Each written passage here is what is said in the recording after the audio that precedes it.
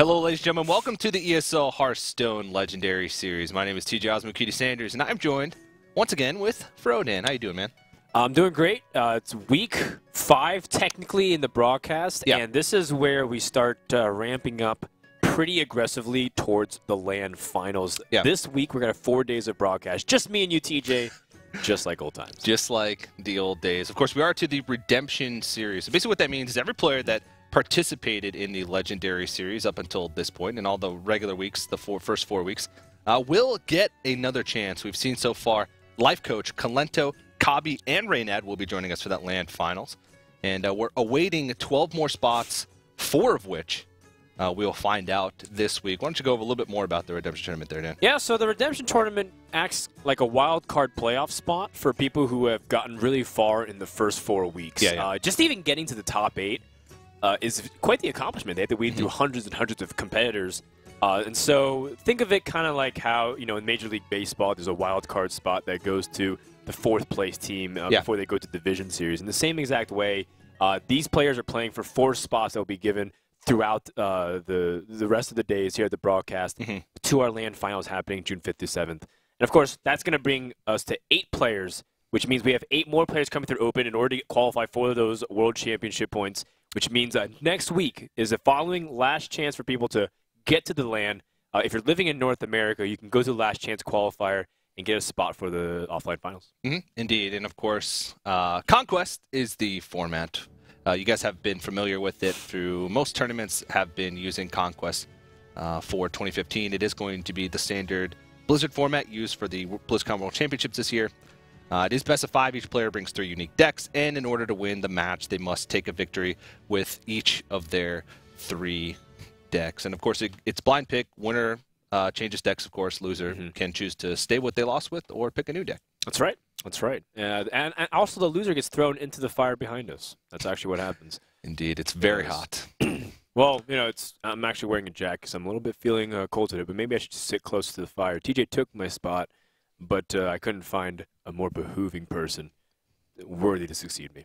I definitely appreciate it. Yes. And of course, we do want to give a big shout out to our sponsors for this event that make that fire possible. It's going to be Plantronics and Gigabyte, who have hopped on board for Season 2.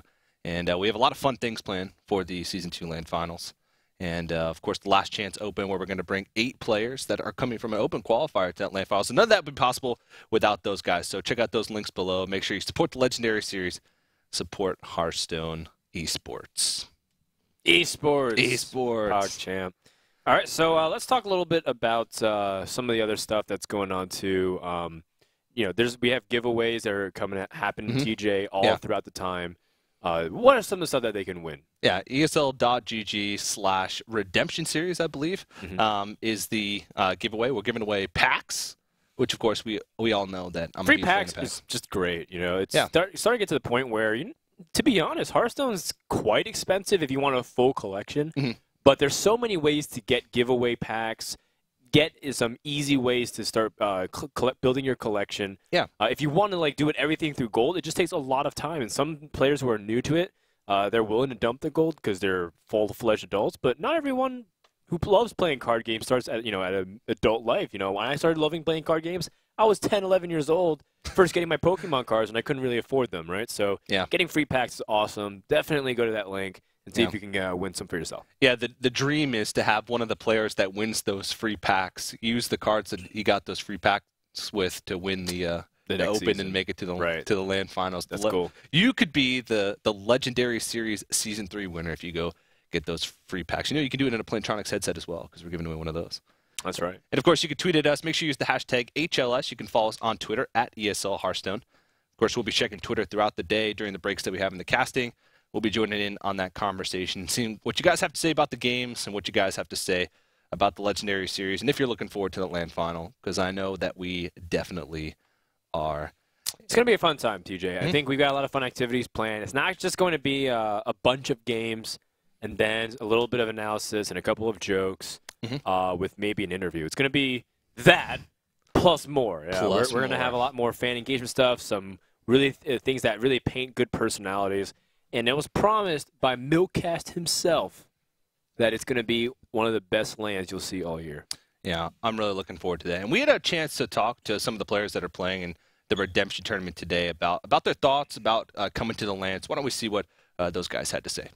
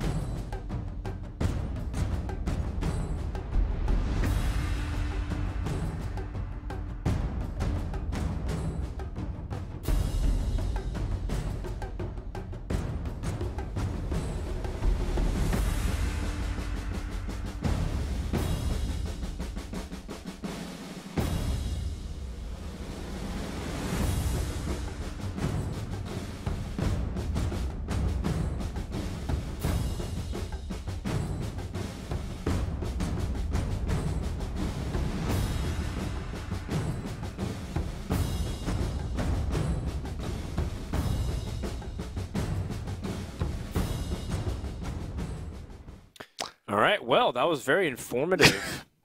At least we got to see their faces. Yeah. Well, you know what? Some people who can read lips, they got a lot out of that segment. But for people who can't, yeah, it probably wasn't that helpful. Well, for you guys that got to see that short little clip of the players talking, I enjoyed it a lot. I did. Those are actually the players that are going to be participating today. So why don't we take a look at the groups that we're going to see today, or the group that we're going to see today, and the group that we're going to see tomorrow. Of course, Group A is going to be TooWet, who will actually be seeing twice since he qualified twice for the Legendary Series. He'll be in Group A, and then he'll also be making a reappearance in either Group C or D.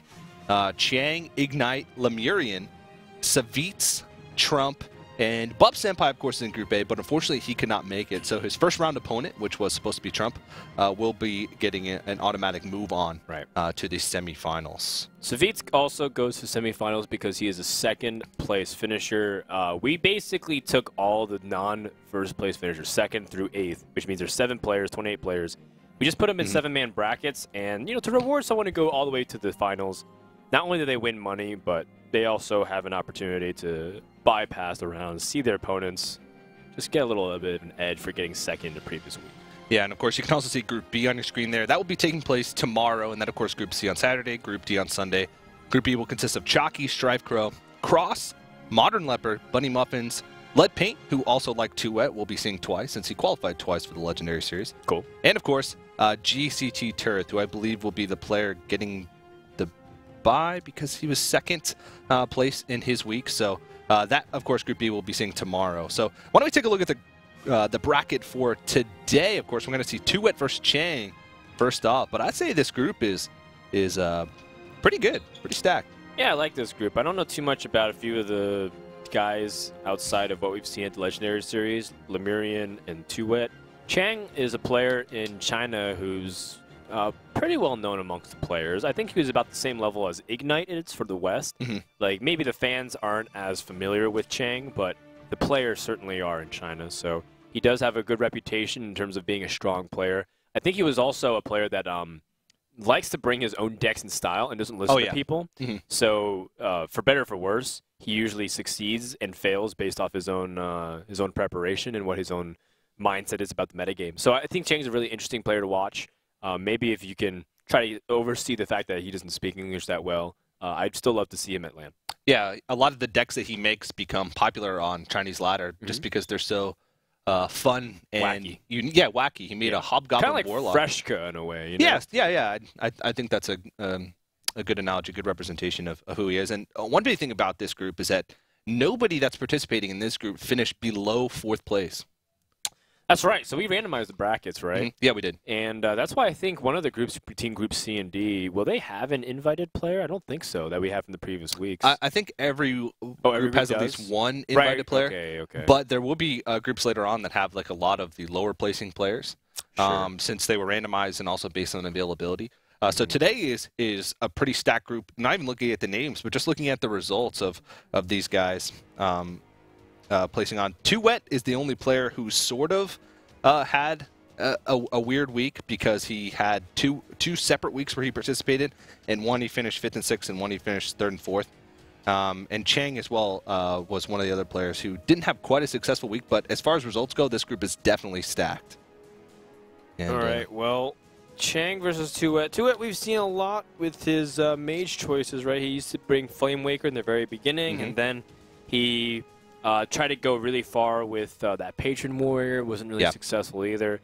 Today, we've got Hunters and Warriors and Druid/Warlock. That seems to be the split across here. Now, what kind of warrior is it going to be? Is it going to be Dragon Warrior? I have to imagine so, because in China, specifically, I believe a handful of the top 10 legends, like I want to say 3 or 4 of them, are Dragon Warriors. And they've really felt like they found a really good list.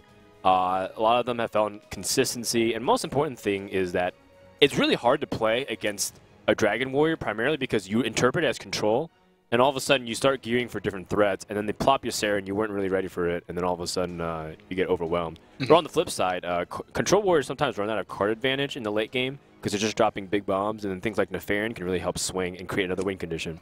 Yeah. So I want to see how it pans out. I'm predicting a Chinese Dragon Warrior coming out from Chiang, and I'm predicting a Patron Warrior from TooWet, and I think that'll be the main differences here. Yeah, I definitely agree with that. It's possible that TooWet could bring Control Warrior as well. Right. He seems to bring usually what he is 2 fast decks and 1 slow deck. It seems to be like his normal rhythm. But TooWet, I've called him in the past sort of the master of deception. Because the way he plays is a lot different than what other people play. He's always trying to get in your head and mind games you by mousing over cards that he can't play on turns that he can't play them, by playing secrets out of order. When you think it's going to be Explosive Trap, it ends up being Freezing and vice versa. So I wouldn't be surprised if he does that with his deck choices as well. You think he's going to bring something, but then he comes out with something else that's unpredictable. Well, it's an interesting way to put it. I'll see if it ends up being the case in this day specifically. Remember, guys, it's single elimination. It's win or go home. Indeed. Or stay home. In this case, why did Chiang not coin out the Leopard Gnome, you think? Is it because he really wants to save the coin for a big power play the next couple of turns? Because Leopard Gnome, generally speaking, the earlier you get it out, the more damage it does. Yeah, or to combo with Knife Juggler. Also to make Glaive Zuka have a consistent target. I mean, there's a number of reasons. A lot of times it's not about just getting as much power on the board as possible, because you can get 1 extra damage out of it with Knife Juggler. It's also interesting because, you know, is it the whole point that... That didn't quite... Oh, he put the buff on the Knife Juggler. That's really unfortunate. That's 2 missed damage. Yeah, which is actually a big deal. He might as well have played Murloc Raider. Like, that's actually exactly what this is. Yeah. Or a Leopard Gnome and then silence his own Leopard Gnome. And... Oh, boy, that's kind of embarrassing from Chiang. Yeah. And a lot of times, I mean, those points of damage matter. A lot of times the Druid will stabilize at very low health, and sometimes the extra damage, especially with Face Hunter. We haven't actually seen much Face Hunter in the past 2 weeks. Oh, no. Hold on, hold on. Oh! The double juggles. Yeah. And you know what? Swipe does end up dealing with this. But you have to kind of imagine, what if Chiang was able to get that little bit extra damage and his opponent would be at 16? And there is still Glaive Zuka as a follow-up, and 1 Knife Juggler does end up surviving. Yeah. Rough stuff. Yeah, this is not too bad of a start here for TooWet. A lot of times your starting hand could be make or break as a Druid. If your hand is too clogged early on, you fall far behind. You get to 15 health by turn 3, turn 4. It's still a lot of damage. It's still a lot of damage with Kill Command in the hand. Yeah. And another problem is you can't feel the security of playing the Sludge Belcher, but if you play the Keeper of the Grove and the weapon gets the hit, Sludge Belcher might realistically be your best option. Keeper of the Grove is hedging bets, though. It's off curve, so it's slightly annoying. Yeah. But I guess it's also because Knife Juggler does do damage. Oh my god. That's just crazy damage right now. Kill Command to the face, Hero Power and hit. put your opponent down to potentially his last turn, and he needs a heal right now, but he can't. What heals for 6 or less? You'd have to have Innervate and Ancient of Lore. Or Bite. Yeah. Yeah, doubt that's going to happen. Right. So that damage is going to be game-ending, and Chiang starts off to a 1-0 lead. The Face Hunter, ooh, the Flare. That's pretty interesting. It's a tech in there for mirror matchups and for mages. Right. And we did see that. We can look at the deck list. I don't want to give too many spoilers, but there's a lot of similarities between a lot of these deck lineups that we'll see as we go through the course of this day. Well, I think Face Hunter is a pretty interesting call, considering that it's a lot weaker generally against the field than mid-range Hunter right now. Yeah. But it's good against mid-range Hunter. So if you think people are bringing mid-range Hunter, which should be more of a popular class today, then you can capitalize on that. And I like that choice from Chiang. I'm looking forward to see how he's going to also mix it up. And if I know my opponent's playing Druid, and he most likely will queue it up, because statistically, I think players do tend to favor queuing up the same deck again. It's Firebat said it was 80, but I think it's like changed a lot since then. I think it's like leaning more towards about 50 to 60%. So if they're more likely to stay on the deck, stay away from the Warrior if it's Control Warrior, or if it's Patron Warrior, go for it. Yeah. I think you're probably going to see maybe the Warlock versus Druid coming up. Yeah. TooWet seems to change his decks a lot unless he's playing Mage. Okay, so if he's a player that does change, then just it doesn't really matter. Then just choose whatever you want. Yeah. It seems like Mage is, of course, his favorite class. If he's playing the Mage, he'll queue it up again if he loses. But a lot of times, like last week, he opened with Druid a lot, but then would switch it up if he lost his first game with Druid. Sure. Because what he would do is he would try to take a quick game with Druid, and if he couldn't, he'd save the Druid for last. Save it to that, yeah. Yeah. It's one of those things where if you're up 2-1, you have 2 chances to draw like into a Wild Growth. Yeah. So. He stays with the Druid. Oh, and he goes into Warrior immediately, which that makes you feel like it could be a Patron Warrior where you're just like unafraid of what you want to do. Now, I think Chiang was also the person who played like a Miracle-esque Warrior, right? It was like super draw intensive, super combo. It was like... It was Patron Warrior, but it was all combo pieces. Yeah. Didn't he have like a Charge? And like Worgen as well, or is that someone else I'm remembering? I think he had Worgen. I'm not sure about Charge. I just remember like the card charge. Yeah, I was thinking because I remember seeing a player. I thought it was Chiang, where he played so like all into his win condition that it was just like outrageous, and he almost won. Yeah, he topped out at Thorson. Right, and like the card below that was like Gnomish Inventor. Everything else was card draw, like double Loot Hoarder, double Gnomish Inventor. I don't mind it. I mean, to be honest, Thorson might be the most expensive cards in modern-day ladder Patron Warriors. Yeah. Because Gromosh kind of does the same thing Frothing Berserker can do, but for cheaper mana and less clunky. And Dr. Boom, there's been quite a few players cutting it, just because usually Dr. Boom comes at around the same turn combo does. Right. So it makes your turns awkward where you're either setting up like a board with Grim Patrons. Right. The only time that it's good is if you don't get an Emperor Thorsan out and you're going for a traditional combo, which is like Grim Patron Warsong. On 8. And you play Dr. Boom on 7, and so then to set yourself up with almost a guaranteed good board position to go for your Grim Patron Warsong on 8. All right. Well, let's see how it pans out. We see Gromosh in the hand, so it seems like it scales a little bit better into the late game, but that just means that there's less pieces. You know, maybe one or no slams, or I don't think there's a commanding shout in here. So I played quite a bit of this matchup, and I feel like one of the keys to winning this as a Druid is to pressure really fast, really early. Innervates? Innervates, I mean Wild Growth, but that's pretty much a given. But don't be afraid to make risky plays early on, to force the Warrior to play reactively early, and force them to use cards that they'd normally use for their combo early on to clear. Like if you can get Whirlwinds out early, or you can get like Inner Rages out early, or you can get him to swing with Deathbite without comboing early on, then you're in a great position. The thing is, like, I feel like people are starting to tech pretty aggressively too, putting in Harrison Jones again. Try and disarm, because getting that Deathbite ill-timed is, like you said, really key to make sure to disrupt the flow of how the deck actually operates. Yeah. Did he keep Grim Patron, or did he mulligan away? No. He mulliganed away. I think he only kept Armorsmith. Yeah. I think. Don't quote me on that. The only matchup that I'll ever keep Grim Patron in is usually the mirror. Just because usually in the mirror, the first person to get the multiple Grim Patrons out wins.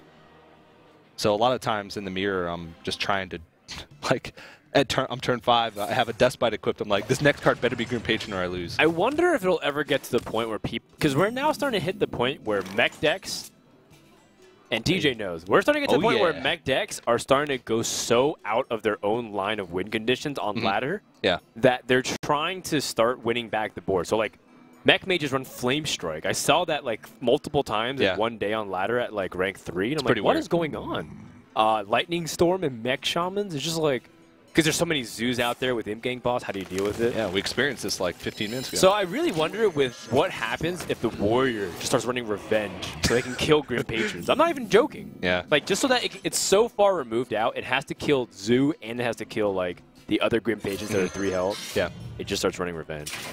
It's possible. I don't know if I played Fibonacci on ladder yesterday. He was running revenge in Control Warrior. Tides of Time, I think, was also running revenge in his Control Dragon Warrior. Okay, yeah. And it just happened to be, like, the exact card he needed.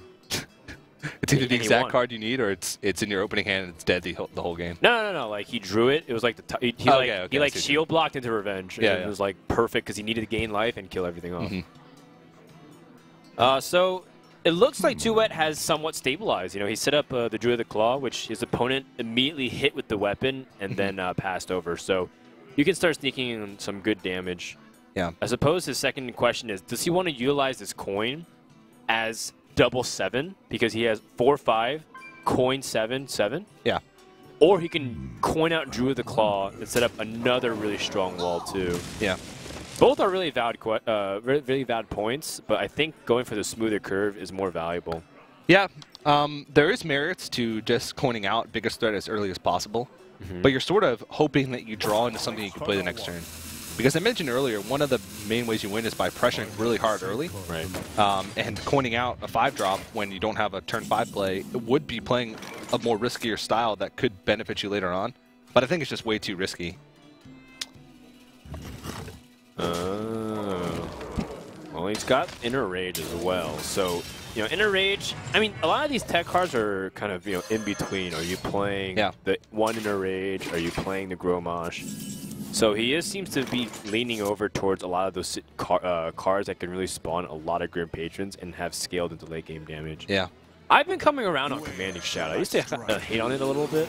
I was like, you know, this is just so gimmicky. Yeah. But it's not bad sometimes. Well, Handlock is so popular right now, and it's one of the only ways that you can beat Handlock. Like, legitimately, the matchup is terrible. Crashing. Yeah, unless you have that, because you have to set up a big frothing play, make it so you can get through a wall and have a big frothing play, which can win you games. But I mean, I've had Commanding Shout in almost all my Grim Patron lists, and I can't see any reason why I would remove it, especially now with decks like Handlock becoming more popular. Sure. Has the option to drop this Frothing Berserker, and he does, just because getting something out onto the board is okay. And you have several win conditions as the Grim Patron Warrior. You have the Patron Flood. You have the Frothing Berserker, and then the War Song kind of is like a win condition, just because if you can combo out with minions, you can get a lot of good synergy. Gromosh, of course, is another way. So there's a lot of pressure. The most important thing is that he can't lose too much of the board, and like you were mentioning, the Innervate was just really strong, hard to deal with. One of the other win conditions that I think people overlook sometimes is just the weapon tempo win.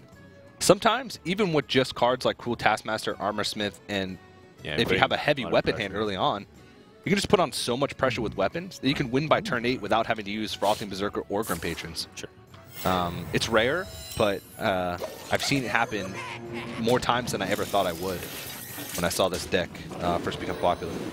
Yeah, that's a scary board. It's a scary board, but it can be easily dealt with if you draw Execute. And he doesn't have that, but he's got ways to make a lot of Grim Patrons this turn. Yeah. Chiang is a very animated player.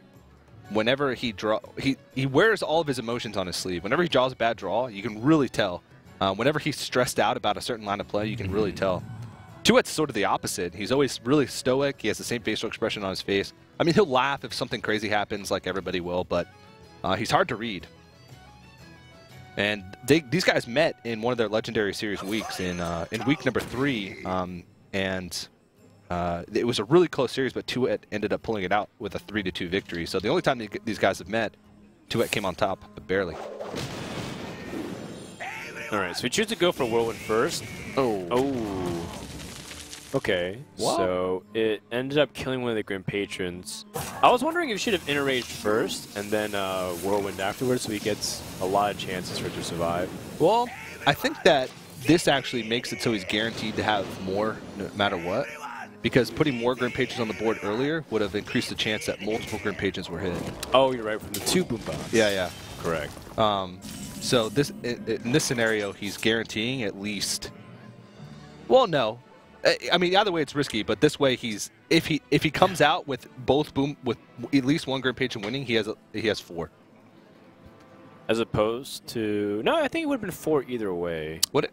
Because if you Enrage first and then Whirlwind, 4 come out, or 4 are on the board, 2 die, and then you have another Whirlwind, so 4. Okay, so just Enrage first, not Enrage Whirlwind first. Okay, I see what you mean. Yeah, okay.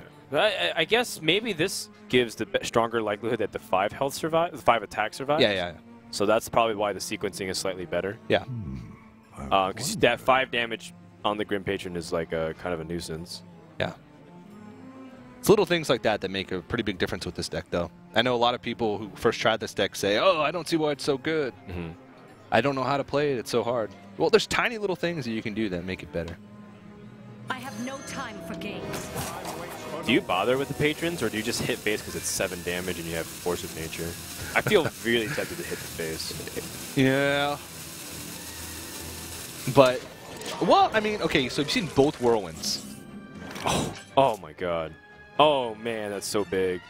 Cool Taskmaster and then spawn another. Oh my sweet lord. Battle Rage. This is crazy. 4 cards for 2 mana. Yeah.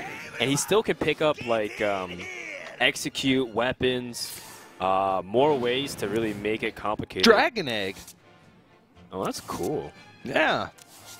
Actually, I don't know how I feel about Dragon Egg. That's cool though. Because if Dragon Egg gets caught up in Whirlwind and he spawn an egg, it doesn't get charged. Oh, really?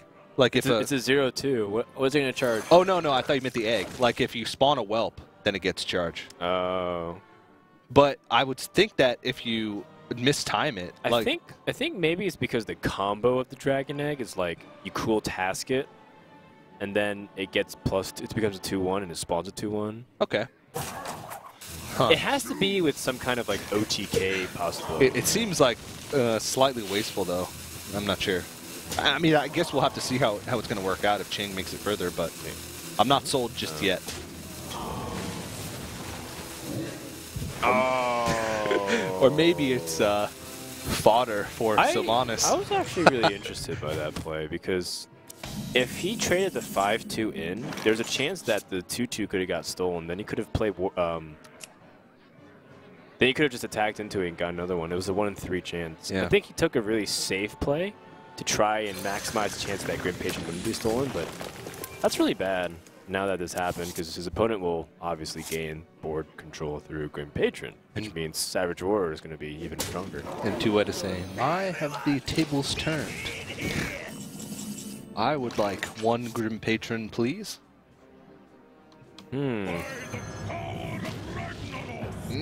This isn't the best hand. I mean, having combo pieces like Warsun Commander and Grim Patron are good. But I mean, he only has 4 cards, and I don't know how he's going to piece together a win. He's going to need to make like a big Frothing Berserker play, and then follow it up with a Grom play. But I mean, TooWet's still at 30 health. A lot of times at this stage in the game, when you've already used 1 Grim Patron combo, a lot of times you put on enough pressure to put your opponent at like 15 or at least 20 health, but he hasn't done any damage. That early Innervate play, he had to focus on clearing the board for so long. By the time he made his combo. Seems to be the best play. Dragon Egg comes out, trades with it, and all of a sudden, he's on the next turn to win. Druid with Grim Patron. I mean, that's something that we weren't really anticipating being the win condition for this deck. That Sylvanas has been absolutely huge. Oh, okay. Well, Chiang goes ahead and concedes, and TooWet is going to tie the series up. Yeah, I think I have to pinpoint again. Unfortunately, he took a chance killing Sylvanas by suiciding a 3-3 and a 5-2 in order to try and maximize the chances that his opponent wouldn't steal Grim Patron. Yeah. But instead, if it was the worst case scenario, his opponent would have stolen a 3-3 and he could have traded it in. No. The worst case would have been stealing the 3-2 and then he couldn't kill it. Yeah. But even then, 3-2 at best would just suicide and trade with one of the minions. And he can't, he has to like wrath his own Grim Patron. But because he stole the 3-3, it killed off the 2-2 and spawned like the chain of Grim Patrons. And not only that, he lost his Grim Patrons. Yeah. So. And it feels like even if that Sylvanas had gone his way, he was still in a bad position. TooWet was at 30 health, had 7 or 8 cards in his hand. Yeah, but I think the health is not really as impactful as because it's so easy for the patron just to go for a 2-turn kill. He had Grommash in hand too. Yeah, so it's one of the things where he just has to set up the board once, and then Druid can't come back. Druid's not within combo range, and he wins. Like I've been so many times where I was like putting the patron warrior at like 16, 17 health, and I'm at like 30 with like no board, but he has like 1 patron that I left on it because I couldn't clear it all, and I just lose because there's no way you can reliably put out that damage without just like swiping the phase, and even then they have Armor Smith and Armor Up, so it's like it's true. I feel like that Patron Warrior is so resilient, and the comeback potential is really powerful because it's a combo deck. Yeah, I want to see the full deck list of that with the Dragon Eggs. I wonder if he puts anything else in. I mean, we talked about it earlier. Chiang has unique choices when he makes his deck. But we are going to move into the next matchup. It looks like it is going to be Chiang on the Warlock versus TooWet, who's going to throw out the Warrior this time around. And, I mean, judging by this choice here from TooWet, I think it might be Control Warrior.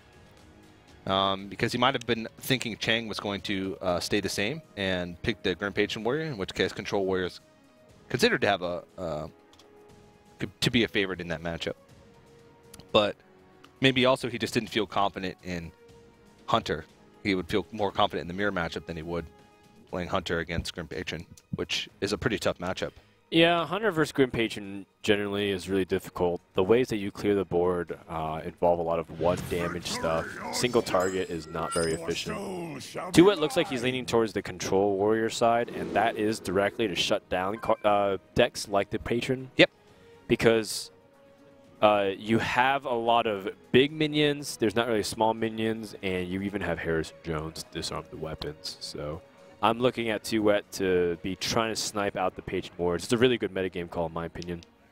Yeah, I've even seen mid-range hunters over the past couple days putting in Harrison Jones. I mean, I've seen Harrison pretty much almost anything. I was thinking about putting in some of my aggro decks just to like destroy. I mean, I would never touch Fel Reaver, but it's like, you know, maybe instead of one Pilot Shredder, just put in Harrison or something. Not because it's good, but because I hated weapon classes that much. Oh, Twisting Nether. Wait, what? He's got Twisting Nether, Acidic Swamp Ooze, and a Kazan Mystic? Wow. This is teched. This deck is teched. What? Okay, well, it just so happens to be great against Hunter. Pretty decent against Warrior, I imagine. Especially Grim Patron Warrior. Like, Twisting Nether would be like, well, how do I deal with a board of Warsong Commanders and Grim Patrons? Twisting Nether. And look fabulous at the same time. I think Twisting Nether's the answer. Oh, man. I was reading a post. Because the answer to the previous question was Hellfire. Yeah. Like, how do I deal with Grim Patrons and Warsong Commander? Hellfire. But Hellfire. But how do I do that and look fabulous? Twisting Nether. Or even Shadowflame feels that. And also show how much money I have. Golden Twisting Nether. Is it? It's not even golden. It's not. Well, can you blame him? It's an NA server. Oh, yeah, that's true. All of his cards must be on China. That's true. I opened a golden Nat Pagel the other day. Yeah, I saw. It was the greatest moment of my life. Well, how about this? If he rolls a 4, it'd be pretty dang close to that feeling. Oh, three's average. Good thing it's not 2. 2 is just pitiful. I can't remember if this was you that brought this up, but making Implosion inverse. Like if it does 4 damage, it spawns 2 imps. If it does 2 damage, it spawns 4 imps. Maybe I told you about that, but it was somebody on a broadcast. I told you about it, but it wasn't my idea. Okay. Well, whosever idea that was. It was Reynad's idea. Okay. Oh, really? Okay, take it back. Terrible idea. No, I'm just kidding. I'm just kidding. No, it wasn't Reynad's idea. Okay, well, But Reynad says it was his idea.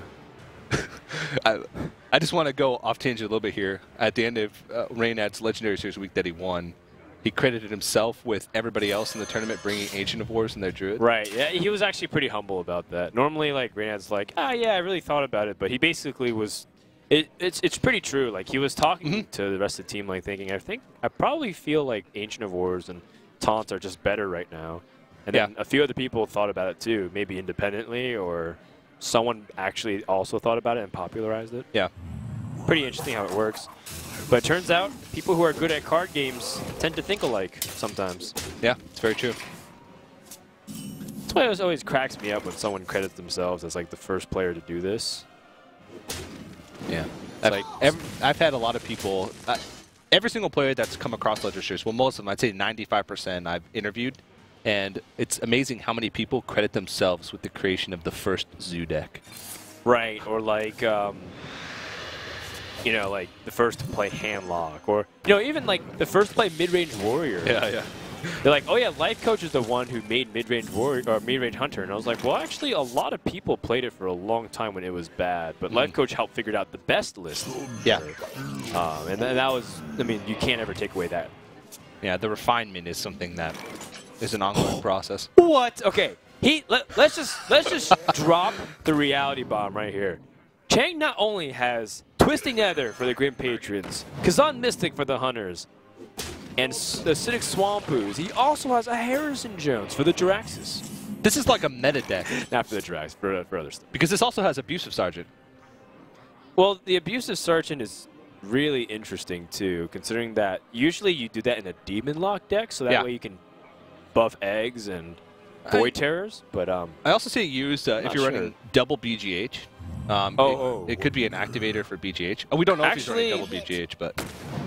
I think this is a combo Warlock deck, now that I think about it. Because he's got Emperor Thorson, which is kind of okay, but all of his cards signify removal or basically survival cards, if I have to say that. It's like, just don't die to this. You know, don't die to weapons, don't die to a full board, don't die to secrets.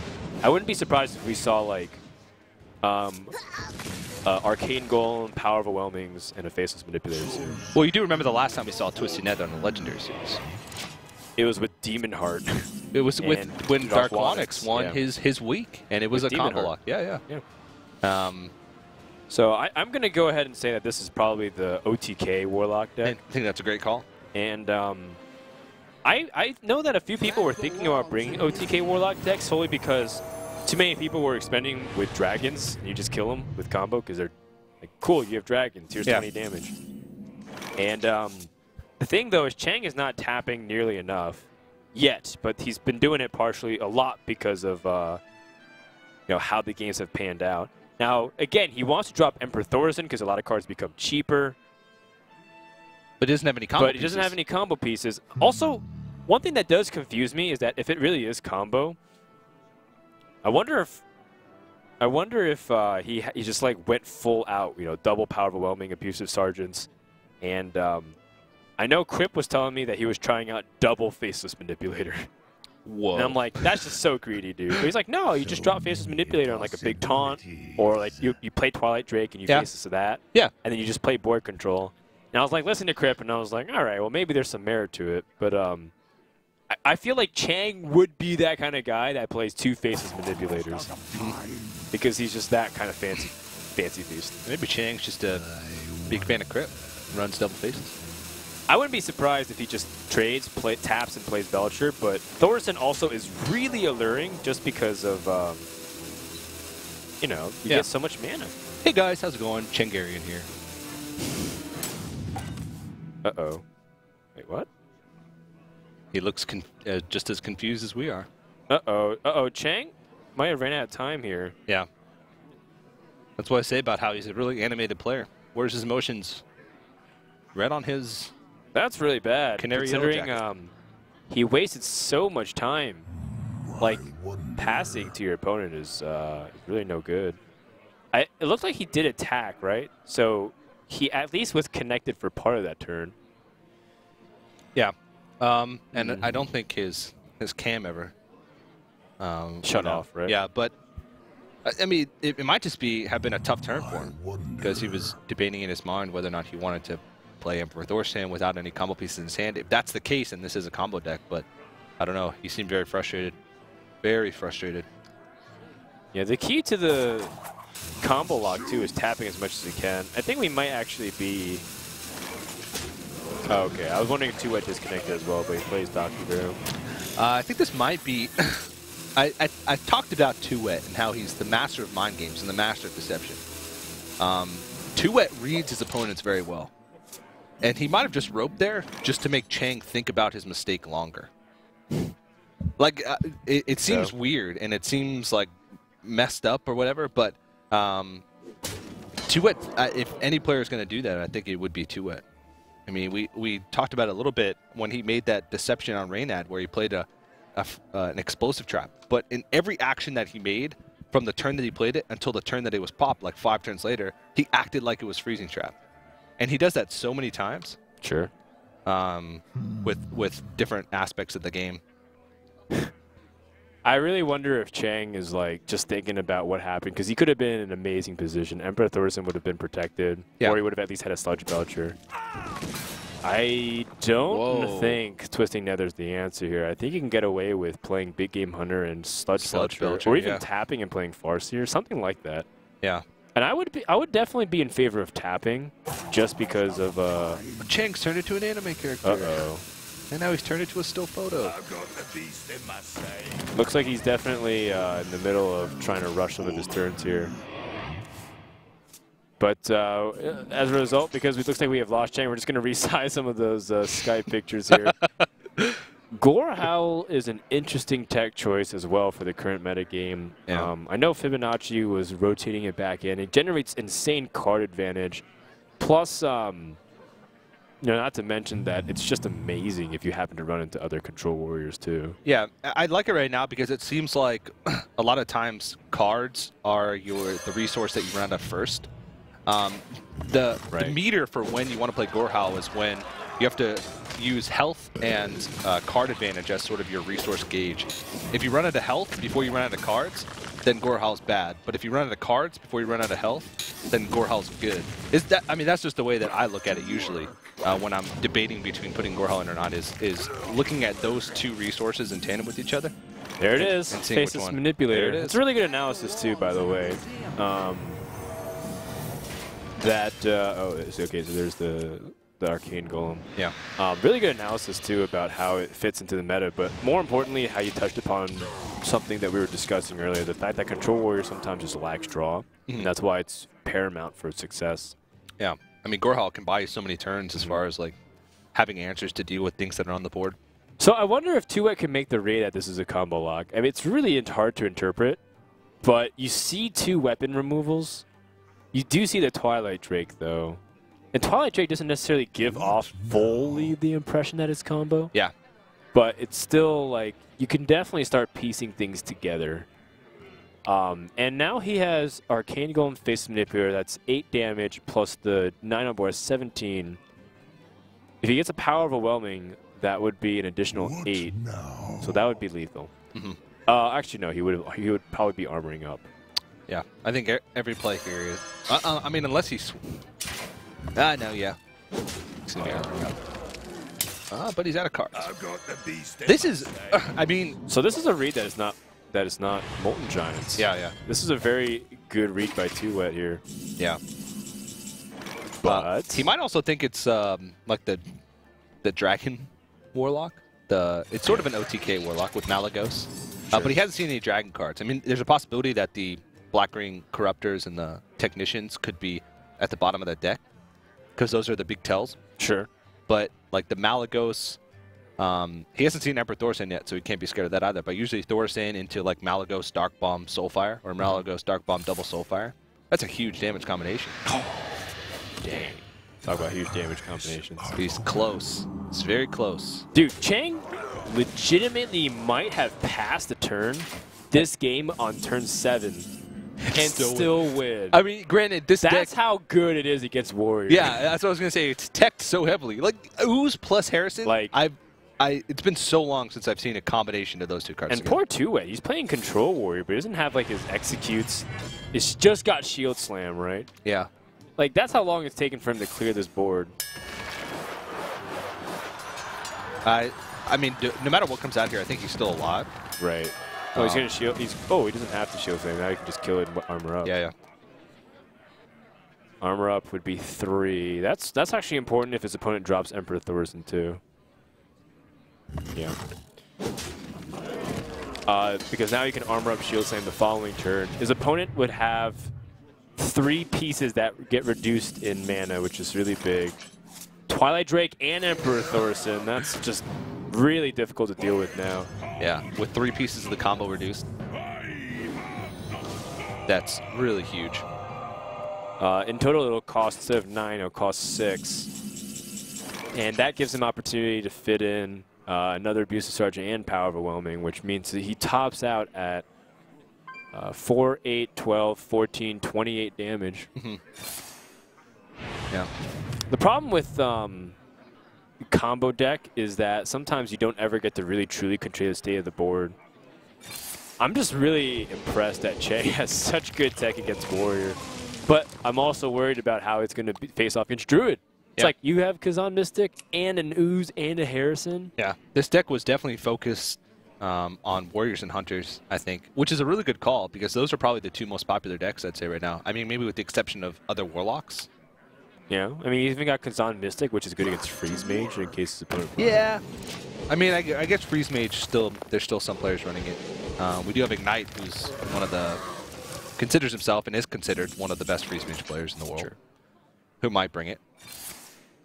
Well, now that Cool Taskmaster's, Implosion's good. Now that it's out of the way, though, it feels like he can play this Kazan, or he can be a little bit more liberal with his health. Oh. Yeah. It got the job done, I guess. Yeah. Might as well just throw out the Kazan Mystic here. Yeah. I mean, there is some merit to maybe hiding it, but he's thinking that he's going to win this matchup. Yeah. He's got huge amounts of card advantage. I'm like just really impressed how Chiang was able to line this up perfectly so that way it didn't hit the Druid. Because he just has to win once with this deck. It doesn't have to like win until it loses, right? I wonder. So being able to line it up correctly was really key to making sure the success of this deck too pans out.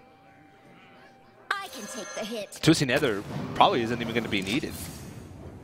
It's a liability at this point because he has board control, like not overwhelming, but a decent amount of control over the board. I mean, TooWet's top decking. Yeah. The Gore Howl getting Harrison was just huge. I mean, he was expecting that Gore Howl to get him through 3 turns, like buy him enough time to just hold on to the removal that he had in his hand and save it for later. And I'm sure he was not expecting it. Ugh. Yeah, that's rough. He's definitely a little bit off. Shield Slam Shield Slam and Grotmash would only give him 10 damage. It's unfortunate that TooWet just seems to be out of cards, really, in his hand. If only that Gore Howl would keep him in the game. Yeah. Because he would be able to keep this state of the board under control, but that double weapon removal has been devastating. I kind of want to see Chiang, man. I'm sad that his cam's down. Chiang being able to see his reactions as he's going through the ups and downs of like, oh no, I'm disconnecting. Oh yes, I'm winning. Oh yes, he played Gore Howl. You know, that kind of thing. Yeah. He was fun to watch. And to be honest, in that situation, even though it seems pretty desperate, I might throw out Grom. Because you know your opponent's never going to put himself in a position where he's going to get to 12 health. Right. You've been through most of your weapons. It's going to be really tough for you to ever find another opportunity to play Grom successfully, you know? I guess you could always play like Alex Straza. Yeah. Oh, that's interesting. Yeah. Even if he smacks over 2 turns, though, he has to use his S removal. Yeah, and he's afraid, what if there's a second Ooze? I wouldn't even be surprised. Second Ooze. There's a Bloodsail Corsair. Just removes the last charge of Death Spite. Why not? You know, Bloodsail Corsair could be Job's done. just as good. Because whenever you remove a weapon, unless it's like a Light's Justice, right, just 1 durability is good. It's true. You played in a No pirate one plays deck. Thorn. I guess Doomhammer. You know, there was you made a pirate rogue deck for me a long time ago, and it was in my collection for like 5 months because I couldn't bear myself to delete it. Oh, is this lethal? I don't think so, right? I believe I 8, calculated last turn you would have like 9, 25 damage. 25. Okay, 6. Yeah, you're right. Just that was, Hellfires because he wants to put it out on there. I mean, his imps are gonna die next turn anyway. That's what he's. Double Hellfire. Dude. He puts himself bold. within Cruel Taskmaster range, right? But his opponent used both of them? Yeah. Did he? He had to have, because I don't know why if he would ever make that play. Because you're thinking, okay, the card in his hand has to be Grom, you know? Yep. He goes for it, but he's dead, right? Yeah. Well, I don't know. Hold on. That's No. That's only 16. Oh yeah, double power warning. Yeah, that's game. Yeah. He's pretty much out of cards. I mean, at this point, TooWet already knows what type of deck it is. He just can't stop it. Yeah. That's he's talking to himself. He's trying to say something, but he didn't look surprised at all when he saw that. So we saw 29 out of the 30 cards. The second one has to be a second Siphon Soul. Yeah. That's probably the last card. yeah, I mean he ran double BGH. Can you imagine if he ran 2 Twisting Nethers? Yeah, that would be. No, you can't run 2 Twisting Nethers. Imagine if you get both Twisting Nethers in like your first 6 cards. Running 1 is already wild enough. You might as well just go all out. Yeah, I don't even think running 1 is. Well, I guess against Grim Patron Warriors. But then what happens when they play Pilot Shredder, gets Millhouse Mana Storm, and then has to time rewinder it in order to get a fireball off Antonidas, and then you play Lotheb to cancel out the Antonidas, trade into it, and his last card is Millhouse Mana Storm. Then you have Twisting Nether. Wow, you're right. There you go. Every Warlock, just because of that argument there, should put in Twisting Nether. I don't know, but I really like the deck. I think it's the tech cards make it really great against, like we said, the Hunter and the Warrior. Yeah, but and it's out of the way now. So, yeah, it's out of the way. But here's another thing, too. Now that Chiang has revealed that this is my biggest problem about Combo Lock, if they know it early on, then you're in trouble for the rest of the tournament. Yeah. Because people can play directly against that, with that knowledge. Yeah. But TooWet's on his last life. If he loses here, he is out until he comes back for another Redemption Day. Yeah. Now, that might be confusing. Like, why does TooWet get so many chances? You might even say too many chances. But the reality is he's qualified multiple times. So we take the 2nd to 8th place finisher of every week, which means TooWet qualified twice. He gets 2 chances in the Redemption Tournament. Yeah, he's actually one of the highest. If you take all the results from all the Open Cups this season for the Legendary Series, he's actually, I think, one of the either the first or the second highest rated player based off his results. Even in the weeks he didn't qualify, He got really far. He got really far. In the Legendary Series weeks, he hasn't had as much success. He finished 6th through 8th in week 3. Or sorry, 5th and 6th in week 3 and 3rd, 4th in week 4.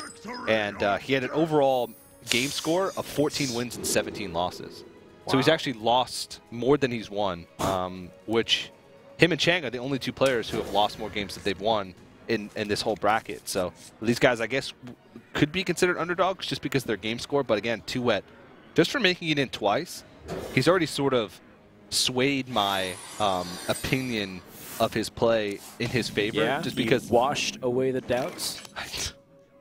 Out of all the jokes you can make with his name being TooWet. Yeah. Okay, fair enough. I have a bunch lined up. Only about I would say 8% that of them are TooWet, appropriate for a family broadcast like this one. Yeah, but there's a lot of ways you can go it. I would have continued to go on with the puns, but he cut me off. Oh, okay. Gadget Zen is in the deck, right? And we're talking about that Miracle-esque type of warrior. And if he has Gadget Zen in here, I'm going to go ahead and throw out that he has a Raging Worgen in there, too. Yep. Do you think Charged in there as well? That's a spell. It's too expensive, though. Yeah. 3 mana? I think just having double Inner Rage, double Whirlwind, Battle Rage, seems a little bit redundant with Battle Rage to have Gadgets and Auctioneer in there, though. But, I mean, I guess it's a pretty decent body. It could be a reliable source of card draw because how spell-heavy the deck is. Not sold on it yet, though. Not sold on it. Leok, probably the worst in terms of this Fire Warlock Whirlwind play, because it sets up the No Mission Venom the following turn. Yeah. Now, you know your opponent doesn't have a 2-drop because he coined for that 3. Lost Tall Strider, just 1 mana off. Second Animal Companion, but if it's Huffer, you get shut down pretty easily too. Ooh.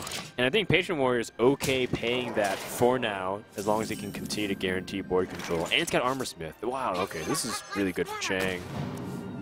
As long as it doesn't take too much damage, though. I mean, there is Kill Command Eagle Horn Bow, so realistically, there could be an opportunity for TooWet to charge for just the win. Yeah. This, the mid-range hunter, I've had mixed feelings about against Patron Warrior.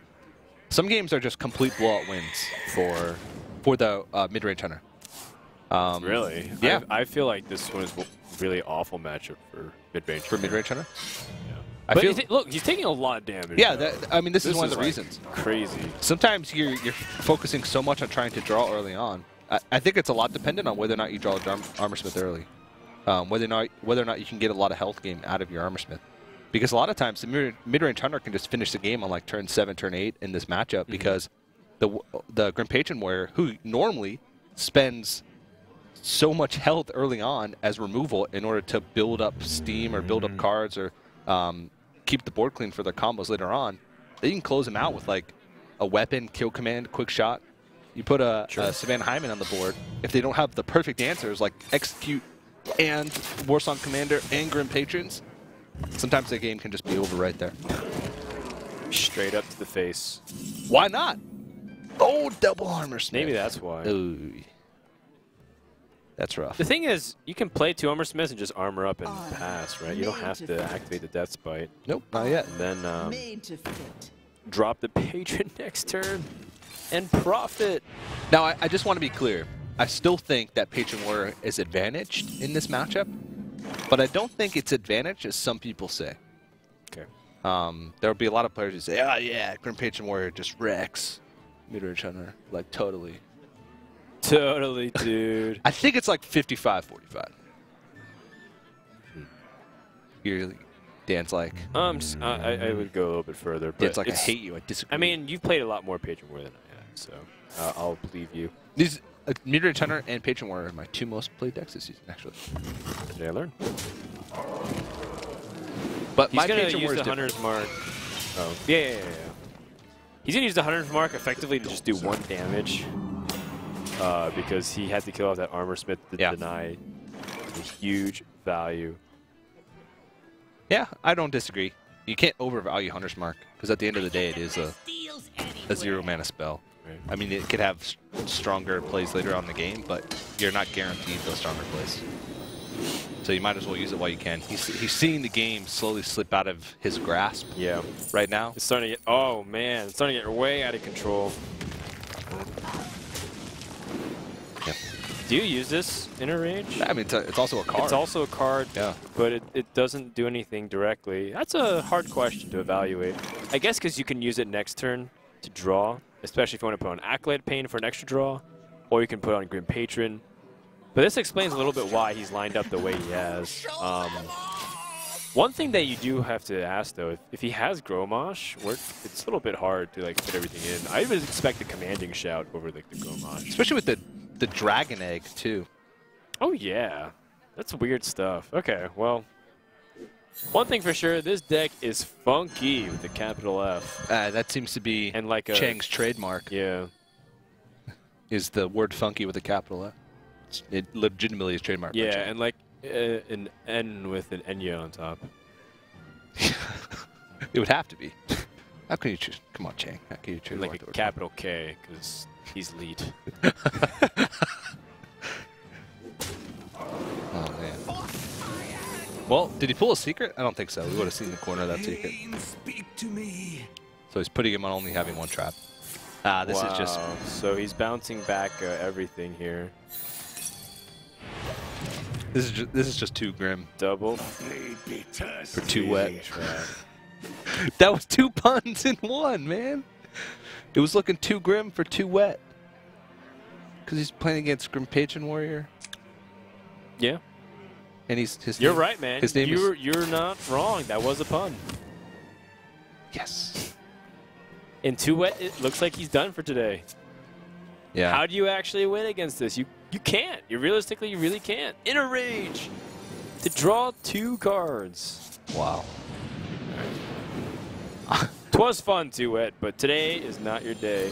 Today belongs to the day of the Miracle Patrons, the Combo Warlocks, and the Face Hunters. Really cool Arsenal decks. We were hyping him up a little bit before the match, telling you about how cool some of Chiang's decks are, and he did not disappoint. Yeah. This guy delivered. Yeah, definitely a creative guy, and I'm not surprised that a lot of his decks do become popular on Chinese ladder, just for being sort of off the wall and unique. Mm-hmm. And even in the first week that he competed, he wasn't that successful with his decks, but he did bring that type of miracle warrior. He brought a lot of cool decks, and also it's good to see an emotional player like him win. Unfortunately, we can't see his reaction after taking a series, but TooWet's going to try his best, but he knows that he's pretty much dead on board.